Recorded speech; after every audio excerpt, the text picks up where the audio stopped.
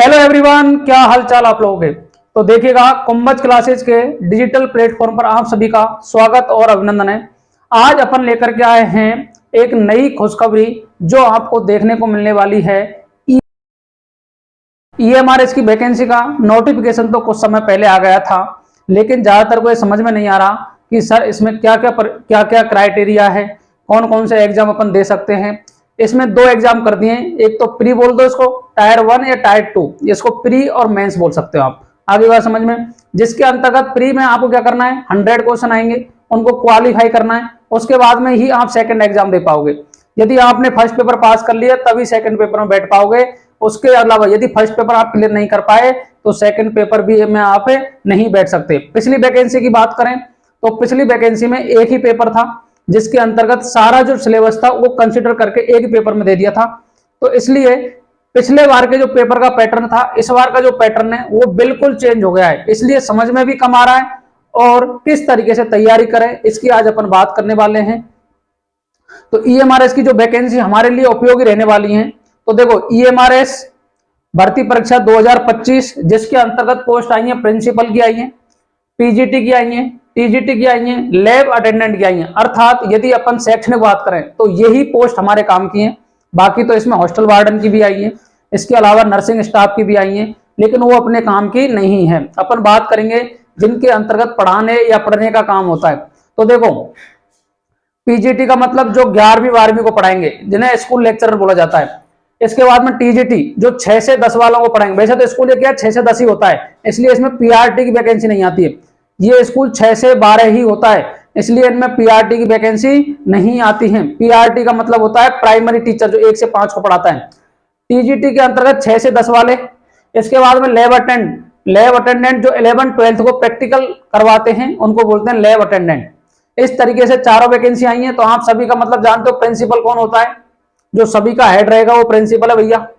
जो लेक्चरर साहब बनेंगे 11 12 के, वो लेक्चरर हो जाएंगे। जो 6 से और 10 के बीच में पढ़ाएंगे वो वरिष्ठ अध्यापक हो जाएंगे। और जो बच्चों को प्रैक्टिकल करवाएंगे वो क्या हो जाएंगे जी, लैब असिस्टेंट या लैब अटेंडेंट। आगे बात समझ में। अब अपन बात करेंगे कि नोटिफिकेशन तो इसका आउट हो चुका है, इसके लिए कितने पोस्टों पर यह वैकेंसी होने वाली है। तो ये वैकेंसी होने वाली है 7267 पद पर, अर्थात 7267 पद पर यह वैकेंसी कंप्लीट होगी। जिसके अंतर्गत अपन बात करें पीजीटी केमिस्ट्री की, अर्थात लेक्चरर के लिए जो पोस्ट है वो है 169 पद हैं। कितने पद हैं जी, 169 पद हैं, जिनकी अपन कैटेगरी वाइज भी बात कर लेंगे, कितनी कितनी कैटेगरी में कितनी कितनी पोस्ट आई है। इसके बाद में इनमें शैक्षणिक योग्यता क्या है, तो आप जानते हो शैक्षणिक योग्यता का मतलब, यदि आपने प्रिंसिपल के लिए कर रहे हो तो प्रिंसिपल के लिए आपको एमएड होना चाहिए, बीएड होना चाहिए। अब देखो, कोई मैं बोलूं एमएड होना चाहिए तो भैया बीएड तो जब बीएड करोगे ना तभी जाकर के एमएड होती है, उससे पहले तो होती नहीं है। यदि मैं बोलूं सर इसकी एमएससी है, तो एमएससी वही बच्चा करता है जो बीएससी कर लेगा, अर्थात बीएससी और एमएससी। तो एमएससी के साथ में बीएससी डिग्री क्या हो जाती है, ढक जाती है, अर्थात वो अंडरस्टूड हो जाती है कि आपने यदि एमएससी कर रखा है तो कम से कम बीएससी तो कर रखा होगा। यदि मैं बोलूं कि मैं कोई 12th पास है, तो 12th पास का मतलब हो गया उसने 10वीं पास की तभी जाकर के 12th पास की होगी। ठीक है, तो इसलिए अंडरस्टूड होती है चीजें। इसके बाद में इसमें एक्सपीरियंस ज्यादा मांगा जाएगा प्रिंसिपल में। ठीक है, 5 से ज्यादा वर्ष का, जो मैं आपको यहाँ पे बताने वाला हूँ। पीजीटी में कम से कम आपको जिस सब्जेक्ट से आप लेक्चर बनने वाले उसमें एमएससी होना चाहिए कम से कम 50% के साथ में, और बीएड तो आपकी करी हुई होनी चाहिए। ठीक है जी। टीजीटी के लिए आप कम से कम बीएससी या बीए और बीएड होने चाहिए, और आपके पास में सीटेट भी क्लियर होना चाहिए। टीजीटी के लिए सीटेट भी क्लियर होना चाहिए।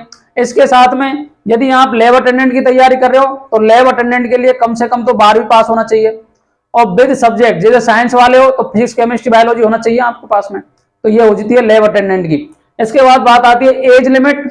अब देखो, एज में तो खूब लिमिट है इसके, वैसे तो 30 ईयर दे रखी है, लेकिन अलग अलग कैटेगरी में अलग अलग एज लिमिट का क्राइटेरिया है, जिसकी अपन बात करने वाले हैं। अर्थात प्रिंसिपल साहब तो 55 वर्ष तक बन सकते हो आप। ठीक है। इसके बाद में पेपर पैटर्न, एग्जाम का पैटर्न क्या रहेगा, तो एग्जाम का पैटर्न है वो 2 पार्ट में डिवाइड कर दिया है, एक तो टीयर 1 और एक टीयर 2, या बोलो प्री और मेंस। प्री के अंतर्गत तो जनरल बातें आएंगी सारी, और जो मेंस होगा अर्थात टीयर 2 होगा, उसमें सब्जेक्ट का नॉलेज पूछा जाएगा आपसे। ठीक है जी। इसके बाद में बात आती है सिलेबस की। सिलेबस की अपन बात कर लेंगे अभी कौन कौन सा सिलेबस आने वाला है। इसके बाद में है समग्र जानकारी, मतलब सभी जानकारियों को एक साथ इकट्ठा करके मैं आपको प्रोवाइड करवाने वाला हूं। ये वीडियो आपके लिए बिल्कुल इंफॉर्मेटिव रहेगा। जो भी इसका आपको फॉर्म भर रहे हैं उन सभी के लिए ये जानकारी अति महत्वपूर्ण है कि किस तरीके से अपने को फॉर्म भरना चाहिए या नहीं भरना चाहिए। क्योंकि सबसे बड़ी बात तो इसमें फीस बहुत ज्यादा है। फीस बहुत ज्यादा है, तो जिसकी तैयारी है वही इस फॉर्म को फिल करे। भैया 2000 रुपये और 1500 रुपये फीस है इसकी। इसलिए याद रखें कि आपको यदि फॉर्म भरना है तो तैयारी के साथ में, इसके साथ में ही इसकी एग्जाम डेट भी रिलीज हो गई है। जो टियर 1 होगा उसकी एग्जाम डेट क्लियर हो चुकी है। 13 दिसंबर, 14 दिसंबर और 21 दिसंबर को इसका पेपर कंप्लीट हो जाएगा। तो इसलिए याद रखें, यदि 2 महीने में तैयारी करते हो तो ही इस फॉर्म को आप फिल करें। इसकी जो फॉर्म की लास्ट डेट है वो है 23 अक्टूबर। क्या है जी? 23 अक्टूबर है। ईएमआरएस की वैकेंसी किन के लिए उपयोगी है? तो जो शेड्यूल, जैसे आप जानते हो जो आदिवासी क्षेत्र होते हैं वहां के बच्चे कम पढ़ पाते हैं, उनके लिए रेजिडेंशियल स्कूल होता है ये, जिसमें टीचर को भी वहीं रहना है, बच्चे को भी वहीं रहनी है। अर्थात जिस प्रकार थाने में पुलिस वालों की ड्यूटी रहती है ना, उस तरीके से टीचर की ड्यूटी लगने वाली है वहां। अर्थात ये जो सारे स्कूल है ना, सिटी से 15 से 20 या 30-40 किलोमीटर बाहर है, तो आपको बिल्कुल जंगल में रहना है। अर्थात जंगल में रहने के लिए नेचुरल हवा आपको प्रॉपर मिलेगी वहां, लेकिन रहना आपको बच्चों के साथ ही पड़ेगा, क्योंकि वही कैंपस बच्चों का बना रखा है और वहीं आपको रहना है। यदि आप अप डाउन कर सकते हो तो आप बाहर से भी जा सकते हो। ये इसका क्राइटेरिया, क्योंकि पिछली वैकेंसी में कुछ साथी लगे थे तो उनका ये कहना है, क्योंकि वो उसी स्कूल में रह रहे हैं। ठीक है, गवर्नमेंट छुट्टियां, जो गवर्नमेंट की छुट्टियां होती है गर्मियों की, सर्दियों की, वो सारी छुट्टियां आती हैं, लेकिन वैसी कोई भी छुट्टी नहीं आती वहां। आगे बात समझ में? तो इसलिए याद रखें, जिनको भी भरना है सबसे पहले तो माइंड सेट होना चाहिए कि अपन को एग्जाम देने के लिए कौन कौन से क्राइटेरिया, अर्थात मैं इसको पास कर सकता हूं नहीं कर सकता, क्योंकि एग्जाम डेट कंप्लीट हो चुकी है। एग्जाम डेट है 13 दिसंबर, 14 दिसंबर और 21 दिसंबर को पेपर हो जाएगा। इसके बाद में जो प्रिंसिपल के लिए अप्लाई करेंगे, प्रिंसिपल का ओनली ऑन एक ही सेंटर है, दिल्ली। अर्थात जो प्रिंसिपल के लिए अप्लाई कर रहे हैं वो दिल्ली ही पेपर देने जाएंगे। बाकी सभी में आप सेंटर फिल कर सकते हो, आपका सेंटर वहीं आ जाएगा। आगे बात समझ में? अब अपन बात करते हैं नेक्स्ट जो इंपॉर्टेंट बातें हैं। इतना तो मैंने जनरल आइडिया दे दिया, इससे ही आपको समझ में आ जाएगा कि क्या क्या अपने को करना है। ठीक है, कुछ बातें मैं बताने वाला हूं, वेरी वेरी इंपॉर्टेंट रहेंगी, तो याद रखना जी। पहली बात करते हैं कि देखो सा विद्या या विमुक्त है Eklavya model residential school, NESTS, ministry of tribal affairs. ठीक है, EMRS staff selection exam, ESSE 2025 की वैकेंसी है। ठीक है जी। Information bulletin guidance for filling of online application form. ठीक है, national educational society for tribal student, अर्थात जो भी आदिवासी क्षेत्र में स्टूडेंट रहते हैं उनके लिए ही ये वैकेंसी है।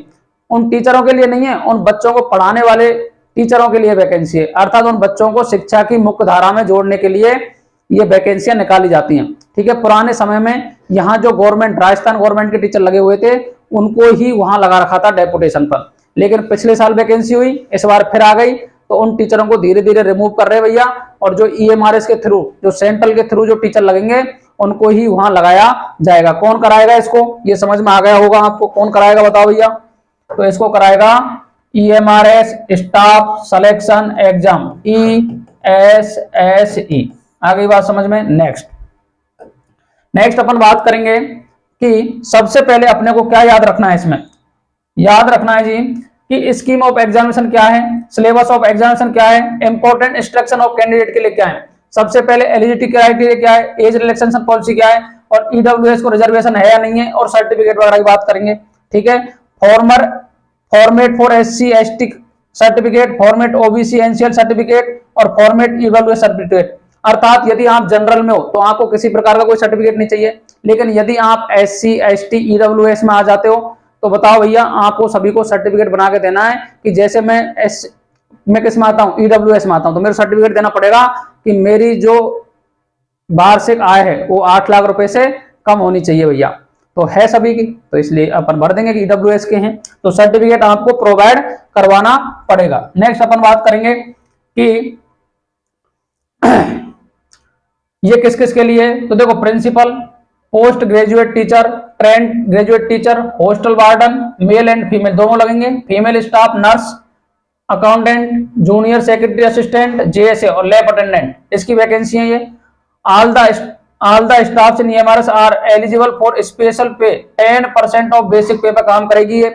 और इसके जो स्कूल होते हैं वो क्लास 6 लेकर के क्लास 12 तक के होते हैं और एसटी कैटेगरी के बच्चे पढ़ते हैं। इसमें कौन से पढ़ते हैं? एसटी कैटेगरी के बच्चे ही पढ़ते हैं। नेक्स्ट बात करेंगे जी, नेक्स्ट बात करेंगे फीस की। देखो प्रिंसिपल के लिए एप्लीकेशन फी तो 0 है। अब कौन कौन के लिए है ये?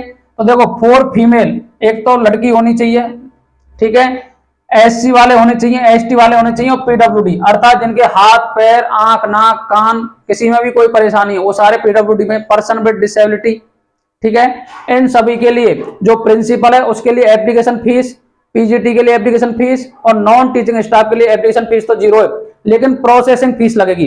प्रोसेसिंग का मतलब आपको 500 रुपए देने हैं। आपको ये नहीं समझना है क्या है, इन सभी को अगर पोस्ट के लिए लगाओगे सभी के लिए अलग अलग 500 देने हैं। ऐसा नहीं है कि आपने 500 रुपए ही जमा करा करके तीनों पोस्टों के लिए अप्लाई कर दोगे। आप यदि प्रिंसिपल के लिए कर रहे हो तो 500 रुपए दो भैया, यदि आप टीजीटी के लिए कर रहे हो तो 500 रुपए दो, और यदि आप पीजीटी के लिए भी कर रहे हो तो 500 रुपए, सभी के लिए 500 रुपए आप रख लो जेब में। 1500 रुपए यदि रखते हो तो तीनों फॉर्म भर देना आप, ठीक है। और कोई भी कैंडिडेट, एक बात और याद रखनी है, ऐसा नहीं है प्रिंसिपल के लिए 2 पोस्टों पर आप अप्लाई कर दोगे। यदि दोनों पोस्टों पर अप्लाई करोगे ना तो आपका फॉर्म वहीं रिजेक्ट कर दिया जाएगा कि आप इसके लायक हो ही नहीं, ठीक है। एक ही सीट पर बैठना एक व्यक्ति को, ऐसा नहीं है डबल डबल सीट पर बैठ जाओगे आप। तो इसलिए याद रखें, एक व्यक्ति एक ही फॉर्म एक पोस्ट के लिए भर सकता है, लेकिन वही व्यक्ति प्रिंसिपल के लिए भर सकता है, पीजीटी के लिए भर सकता है, टीजीटी के लिए भर सकता है और लैब अटेंडेंट के लिए भर सकता है, स्टाफ नर्स जो में भी भरना चाहे सभी में भर सकता है यदि वो क्वालिफिकेशन उसको फॉलो कर रहा है। लेकिन पैसे जेब में अलग अलग रखने पड़ेंगे आपको, ठीक है जी।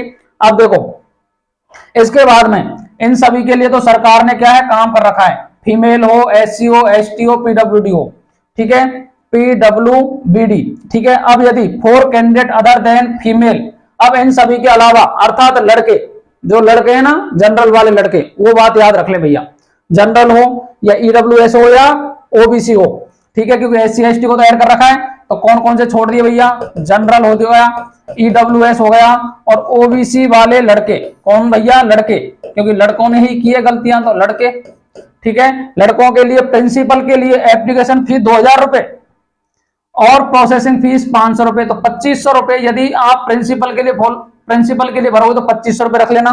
पीजीटी और टीजीटी के लिए 1500 रुपए तो एप्लीकेशन फी है, 500 रुपए प्रोसेसिंग फी है, तो 2000 रुपए रख लेना। तो ये 2000 रुपए आप रख लेंगे पीजीटी के लिए। और नॉन टीचिंग स्टाफ के लिए कोई भी आपको नॉन टीचिंग भरना 1000 रुपए और 1500, अर्थात आपके जेब में 1500 रुपए होने चाहिए नॉन टीचिंग स्टाफ के लिए तो। और यदि आप लेक्चरर और वरिष्ठ अध्यापक बनना चाह रहे हैं तो 2000 रुपए पहले जेब में होने चाहिए, तब जाकर के यही फॉर्म फिल होगा, ठीक है।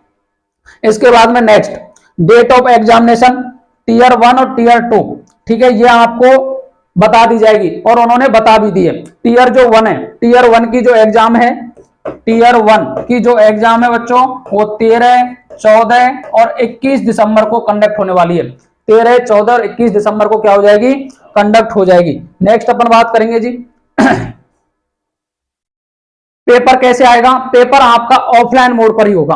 ऑफलाइन मोड में पहला पेपर तो आपका क्या होगा? ऑब्जेक्टिव होगा पूरा 100 मार्क्स का, और दूसरा वाला ऑब्जेक्टिव भी होगा और सब्जेक्टिव भी, अर्थात उसी में आपको क्या होगा पेपर आएगा एक, उसमें मल्टीपल चॉइस क्वेश्चन भी होंगे और लिखने वाले भी होंगे, ठीक है, तो 2 पेपर होंगे, ठीक है। फर्स्ट पेपर में आपको उसके 10% स्टूडेंट ज्यादा पास किए जाएंगे, जैसे 169 पोस्ट है केमिस्ट्री में तो 1690 स्टूडेंट पास किए जाएंगे। उसके बाद में वो 1690 स्टूडेंट ही कहां बैठ पाएंगे? सेकंड पेपर में। यदि उससे ज्यादा ये पेपर का क्राइटेरिया फर्स्ट पेपर को पास नहीं कर पाए तो वो नहीं बैठ पाएंगे सेकंड पेपर में। ऐसा नहीं है दोनों पेपर दे दो भैया फिर देख लेंगे कौन पास हो रहा है कौन नहीं, पहले 10% पास करेंगे, उसके 10% ही सेकंड पेपर में आगे बैठेंगे। इसके बाद में नेक्स्ट, ठीक है जी, नेक्स्ट क्या कह रहा है? ये सारी चीजें हो गई। नेक्स्ट अब देखो नेक्स्ट में, अब देखो जी नेक्स्ट पोस्ट में पोस्ट आती है, कितनी कितनी पोस्ट है। तो देखो प्रिंसिपल के लिए 225 पोस्ट है, पीजीटी में 1460 पोस्ट है, टीजीटी में 3962 पोस्ट है, फीमेल स्टाफ नर्स में 550 है, हॉस्टल वार्डन में 635 है, अकाउंटेंट में 61 है, अकाउंटेंट में 228 है और लैब अकाउंटेंट में 61 है और जूनियर सेक्रेटरी असिस्टेंट जेएसए में 228 है और लैब अटेंडेंट में 146 है। तो अपने काम की कौन सी है, लैब अटेंडेंट है एक, तो 146 पोस्ट। इसके बाद में पीजीटी वाली 1460 पोस्ट है और 3962 पोस्ट किसमें जी, टीजीटी में। ये अपने काम की है, लेकिन ये सभी सब्जेक्टों में क्या हुई है, बटी हुई है। अब देखो, अगर मैं बात करूं प्रिंसिपल साहब कौन कौन बनेंगे, तो जनरल की 116 पोस्ट है, ओबीसी में 60 पोस्ट है जी, एससी में 33% है, 33 सीट है, एसटी में 16 सीट है, टोटल 225 सीट आ रही है। ये कितनी आ रही है, 225। बीआई का मतलब जिनको आंखों से दिखाई नहीं देता उनकी 3 पोस्ट है, जिनको कानों से सुनाई नहीं देता उनकी 2 पोस्ट है। एलडी का मतलब हो गया जो हाथ पैरों से गड़बड़ है उनके, वो 2 आ रही है। और अदर डी एंड सी में भी 2 आ रही है, अर्थात 3 और 2 5 और 2 7, 2 और 2 4, 6 और 3 9 पोस्ट तो आपके जो मेंटल रिटार्डेशन आईडी वाले बच्चे हैं उनके लिए उपयोगी हैं। अर्थात 225 में से 9 कम कर देना, बाकी सारी पोस्ट सही सलामत लोगों के लिए। ठीक है जी। नेक्स्ट अपन बात करेंगे जी, अपन देखो अब सभी की पोस्ट डली हुई है, इसमें सभी की पोस्ट डली हुई है, तो अपन बात करेंगे अभी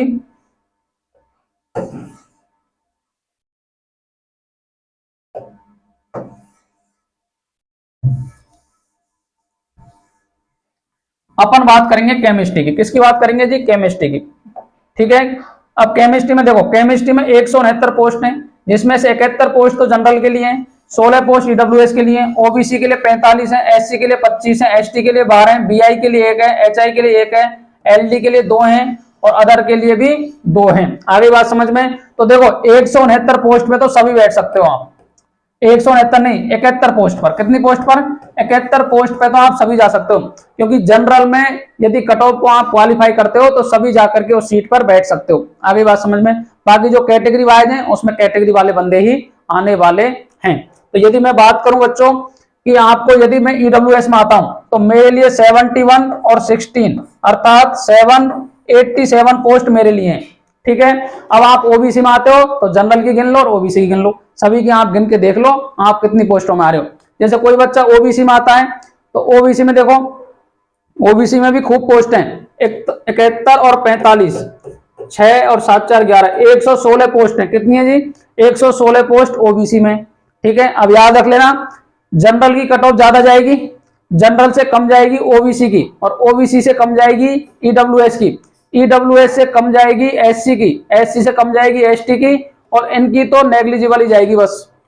ये तो जैसे अब ये देखोगे ना, तो कोई भी इंपावरमेंट होती है ना, कोई भी जो दोष होता है शरीर में, जैसे आंखों से दिखाई नहीं देता, कानों से सुनाई देता, वो साइंस वाले सब्जेक्ट में बहुत कम मिलते हैं, तो ये पोस्टें तो खाली ही जाती हैं। आगे बात समझ में, क्योंकि सही सलामत जो लोग हैं ना उनसे ही नहीं चल रही है chemistry, physics, biology, math.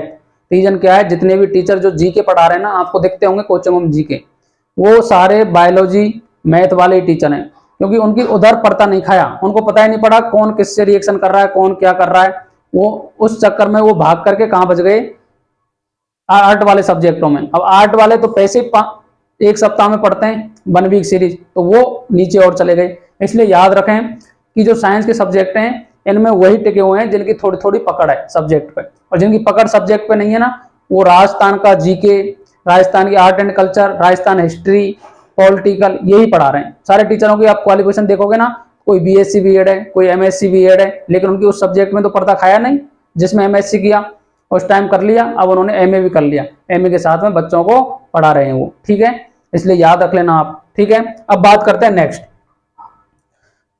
Next बात करते हैं साइंस की।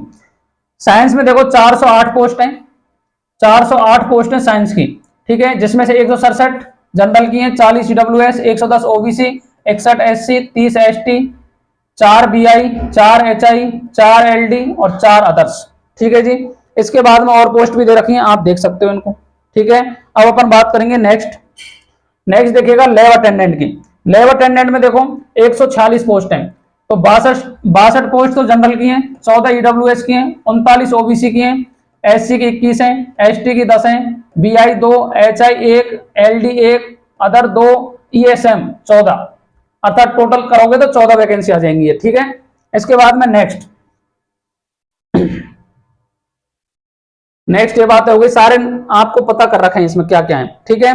The cut off date of determining various eligibility criteria educational qualification age limit will be 23/10/2025। आपको याद रखना है, आपने जो भी डिग्रियां कर रखी हैं वो 23/10/2025 को पेपर की लास्ट डेट है, रात को 11:50। उससे पहले आप सभी को, जैसे अगर आप पीजीटी के लिए भर रहे हो तो आपकी एमएससी बीएड कंप्लीट हो जानी चाहिए 23 से पहले, 23 तारीख से पहले, ठीक है। यदि आपने टीजीटी के लिए भर रहे हो तो उसका जो क्राइटेरिया, जो भी जितनी आपकी क्वालिफिकेशन वो कंप्लीट हो जानी चाहिए।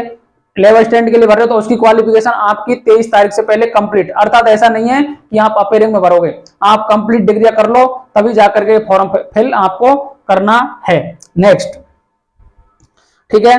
अब देखो, the written test of tier 2 will be followed by an interview for the post principal based on the performance in tier 2 and ESSE 2025 and keeping in view the number of vacancies the candidate will called for interview personal interaction in the ratio of 1:3 limitation of this effect will be uploaded website।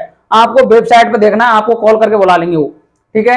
इसके बाद में for the consideration selection of the notification that post every candidate has to 8 crore a minimum of 30% respect to general OBC WS candidate, 25% respect SC ST.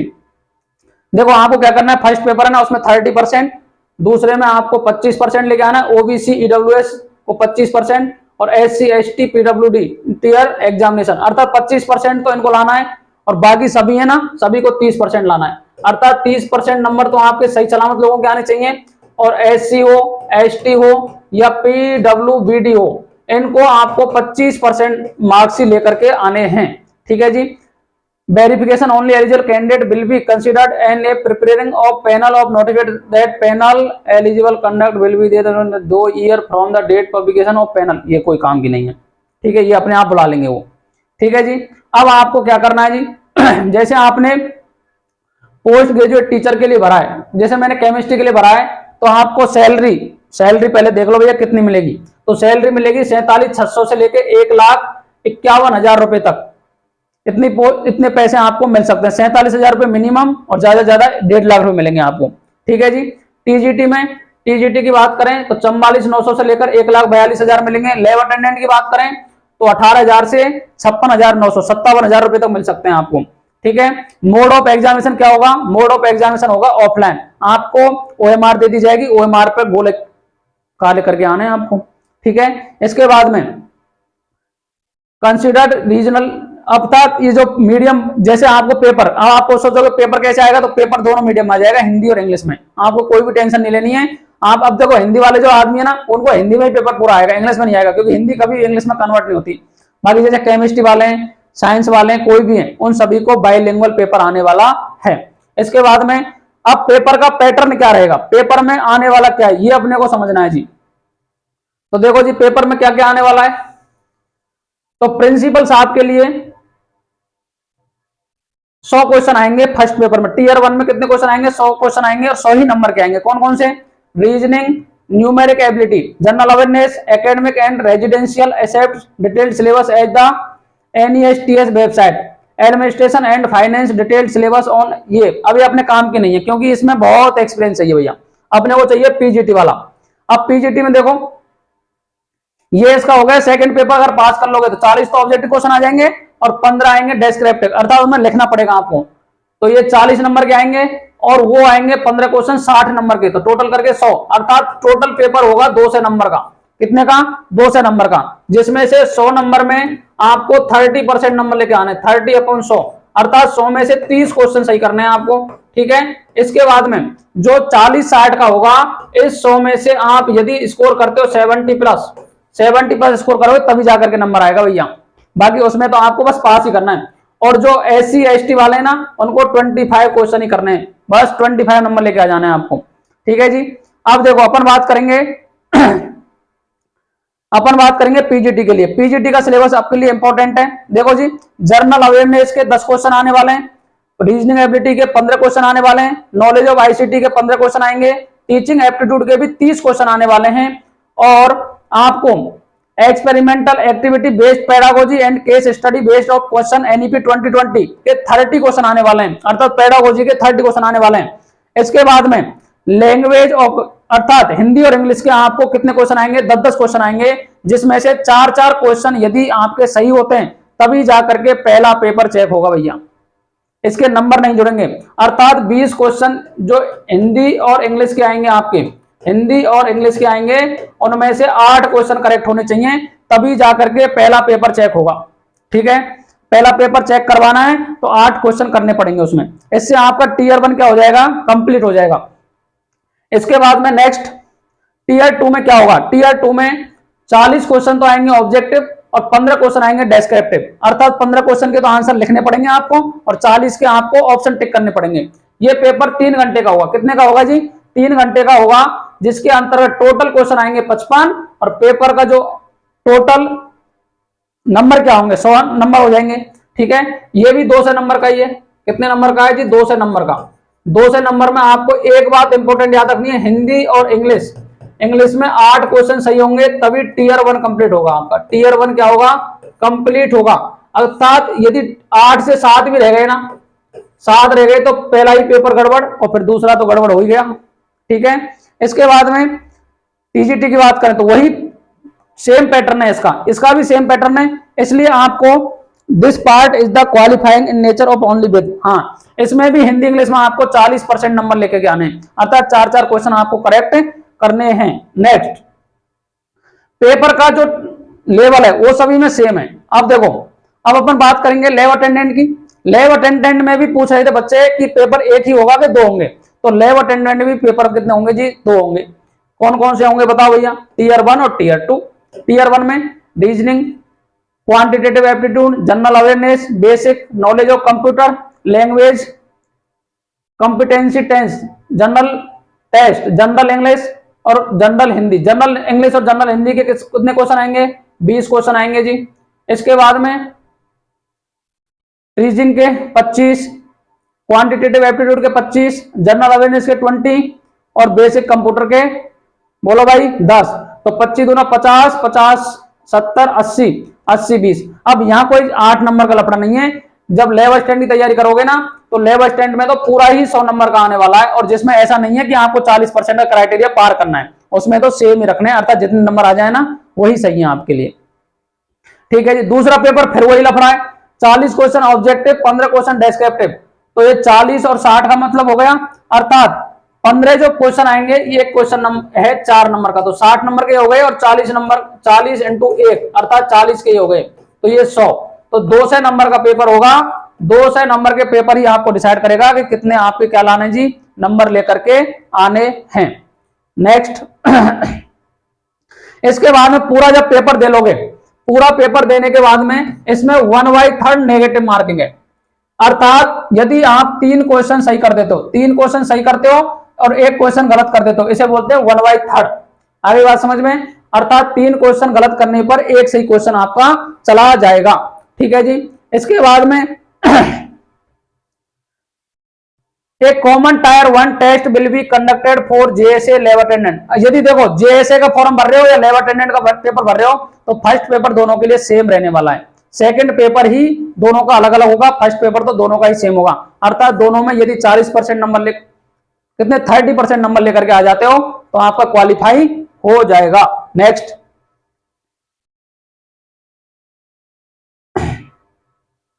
अब देखो, मैंने आपको qualification बताई थी सभी की, क्या क्या क्वालिफिकेशन है।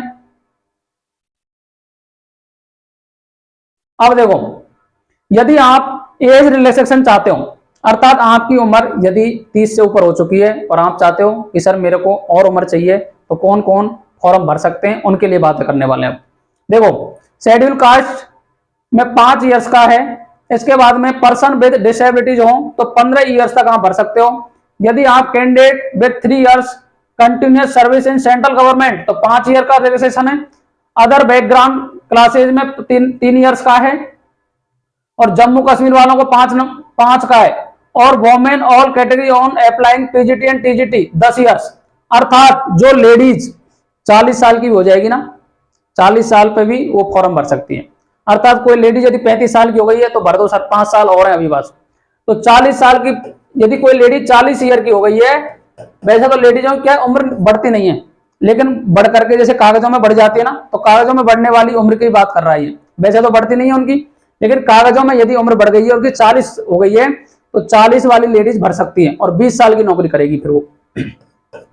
कितने ईयर करेगी? 20 ईयर नौकरी करेगी। आ गई बात समझ में? इसके बाद में नेक्स्ट,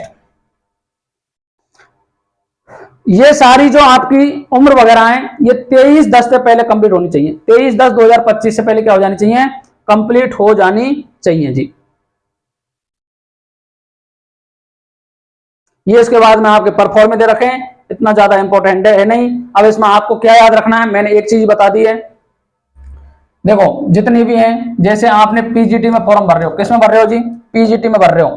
तो पीजीटी के लिए बात करेंगे अपन। पीजीटी में आपको मास्टर होना चाहिए, मास्टर के बाद में बीएड होना चाहिए, ठीक है। यदि आप कोई लेडीज हो या कोई हो तो 500 रुपए दे देना। आप कितने दे देना? 500 रुपए। और उनके अलावा आपको देने 2000 रुपए। कितने देने हैं जी? 2000 या 1500? 1500 रुपए देने शायद। कितने देने हैं? 1500 रुपए। एक बार देख लेते हैं कितने देने भैया।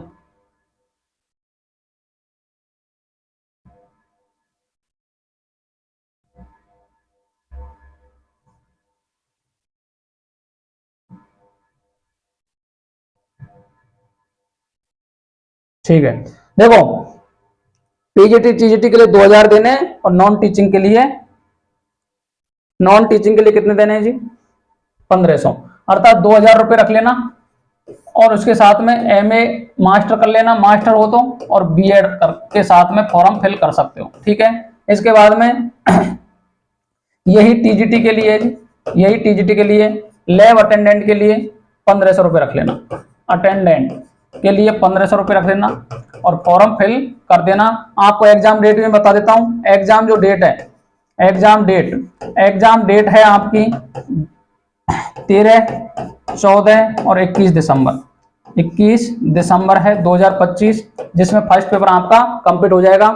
पहला पेपर होगा 100 मार्क्स का, जिसमें आपको 30% और 25% नंबर लेकर के आने, ठीक है। दूसरा भी होगा 100 का, जिसके अंतर्गत 40 क्वेश्चन और 15 क्वेश्चन ये आएंगे। ये मल्टीपल वाले होंगे, ये डेस्क्रिप्टिव होंगे, अर्थात ये पेपर आपको सिलेक्शन करवाएगा, ये पेपर आपकी मेरिट को क्लियर करवाएगा। इस तरीके से आई होप आप सभी को ये सूचना अच्छी लगी होगी। तो जो भी बच्चे या तो फॉर्म भरना चाह रहे हैं ईएमआरएस में या भरने की सोच रहे हैं, तो एक बार ये पूरा वीडियो देख लें, ताकि आपको समझ में आ जाए क्या क्या अपने को फॉर्म में भरना है, क्या क्या अपनी एज रिलैक्सेशन है, क्या क्या अपने को किस तरीके की जो रणनीति है वो काम करनी है, तभी जाकर के पेपर क्लियर होने वाला है। तो आई होप आप सभी को वीडियो अच्छा लगेगा। Thank you very much. Radhe Radhe, जय श्री कृष्णा, जय श्री श्याम।